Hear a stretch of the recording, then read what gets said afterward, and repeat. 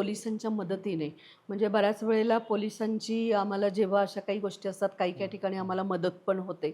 हं. मग आम्ही पोलिसांच्या मदतीने म्हणजे म्हणजे मीच स्वतः तिथे एक हे झाली ना, आमचे कार्यकर्ते नवरा-बायको हं. आम्ही हे केलो. म्हणजे त्या ह्यानी दृष्टीने आम्ही गेलोच नव्हतो. गावातलेच लोकांच्याकडून कपडे जमा केले. हो. मग ते थोडं गावरान असं हे केलं आपण हां. वेशभूषा केली आणि पोलीस पण एक पोलीस महिला पोलीस आणि एक ते पण कुटुंब आणलं आणि त्या ठिकाणी आम्ही डमी गिराईक म्हणून आम्ही त्या ठिकाणी गेलो.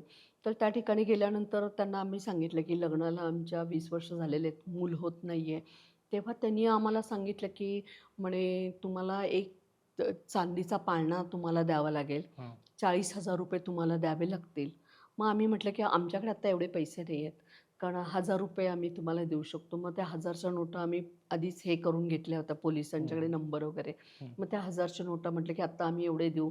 मग नंतर तो विधी आपण करूया म्हणून त्यांनी आम्हाला सांगितलं आणि त्यांनी माझ्या ओटीमध्ये हं, एक नारळ टाकला आणि एक पुडी टाकली हं. आणि त्यांनी सांगितलं, हे पुडीमधलं तो गांजा होता खरं म्हणजे.